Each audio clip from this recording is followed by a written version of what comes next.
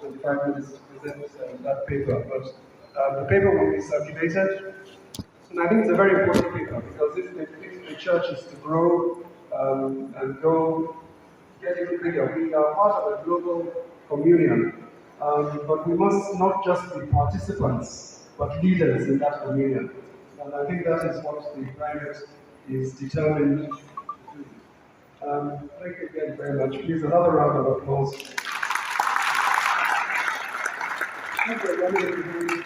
We'll go straight to the third paper, Church of Nigeria, Transformational Response to Gender, which is the issue of the Church of Nigeria and Communion in the worldwide church and in the socio-political development of Nigeria. This is going to be presented by our own Right Reverend Professor for Ascension, Bishop Theologian. Thank you, sir.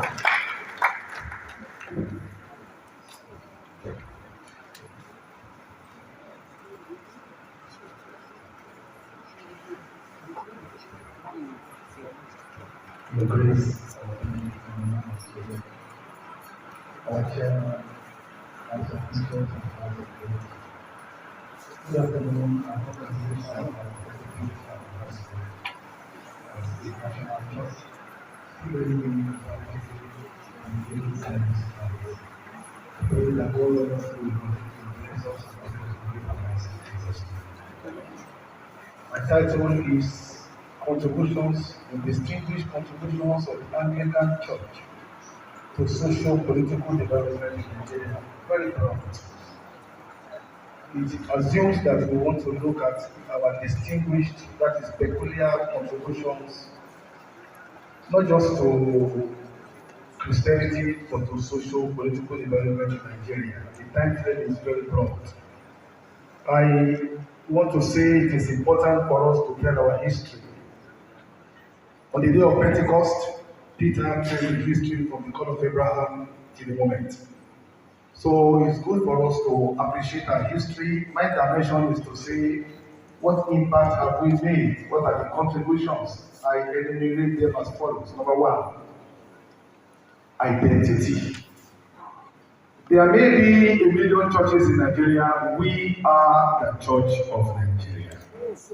By colonial legacy, we took that from the British Empire, and as it were, the Commonwealth of all nations, which succeeded the old British Empire, has a counterpart in the Anglican Communion, and both the king and the queen preside over both church and state.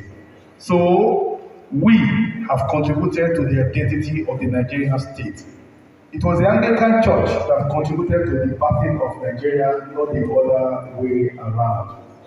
During our 180th anniversary, we invited a professor of history from the University of Ibadan, Professor Olubayo Adesina. He said as follows: Anglican history provides a good understanding of the political, social, linguistic, sociological, economic, architectural, and even dynastic transitions and development of this country. And he says the Anglican Church was the creator of the Nigerian state.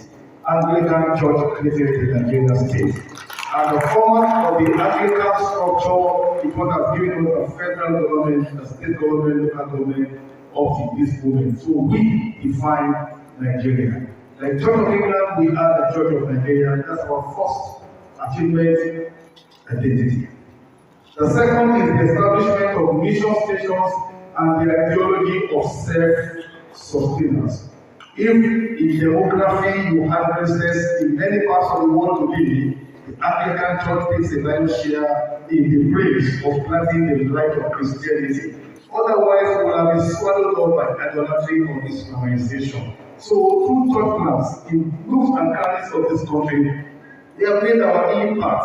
The second part of the impact, apart from church plants, are the salvation of souls, and the healings, and the prayer, and the counseling, and all the benefits of the church is the doctrine of self-sustenance.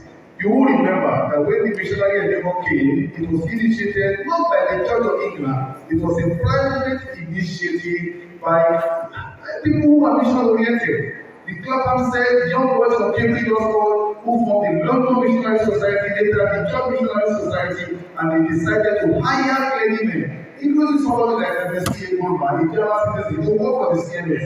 It was not the official Church of England, it adopted him later on.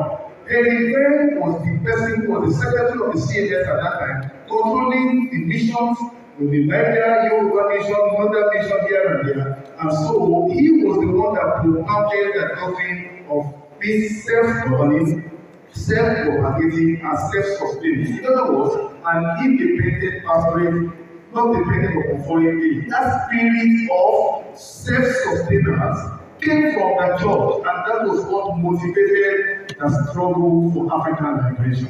What they call Ethiopianism, struggling for African people's liberation using the church as a pedestal. That was the contribution. So if we have African nations all over who fought for independence, the proportion came from the church, and which started this issue of self-reliance, not depending upon foreign government for us to have our identity. Number 3 is fight for social transformation. That was very remarkable. Under that, we fought against idolatry and conquered the doors of the land substantially. We fought against human sacrifices, which was very common. In many parts of the African nation, many tribes were still sacrificing people. If kings died, they had to bury some slaves alive. People were worshipping idols, doing human sacrifice. The church stopped it. But most remarkably, not just the effort of William Wilberforce in England, the church in Nigeria, Anglican church, fought against slavery. That was a very big achievement. We stopped idolatry at that time substantially, stopped human sacrifices, and stopped the trade in slaves. You remember that the Scottish mission, through the predecessors, stopped the killing of slaves. This was social transformation and fighting for fundamental human rights of the people at that time. All forms of bestiality, the church fought against them. Now we are free today is simply because of the effort of the church. Number 4, education. All of us benefited from mission education directly or indirectly. All the giants who were in different areas of society, who were the elite of the society, who were trained in one school or the other. And so the missionaries came with their schools, and those schools produced the leaders in every area of life. Leaders in politics, leaders in commerce, leaders in the civil service, even in the military, and even in agriculture. You remember Thomas was Boji, who brought out the ideology of the Bible and the plow. So this idea of people not just ministry, but also engaging in agriculture, it was the church. This is our church that engaged in agriculture and developed agricultural production.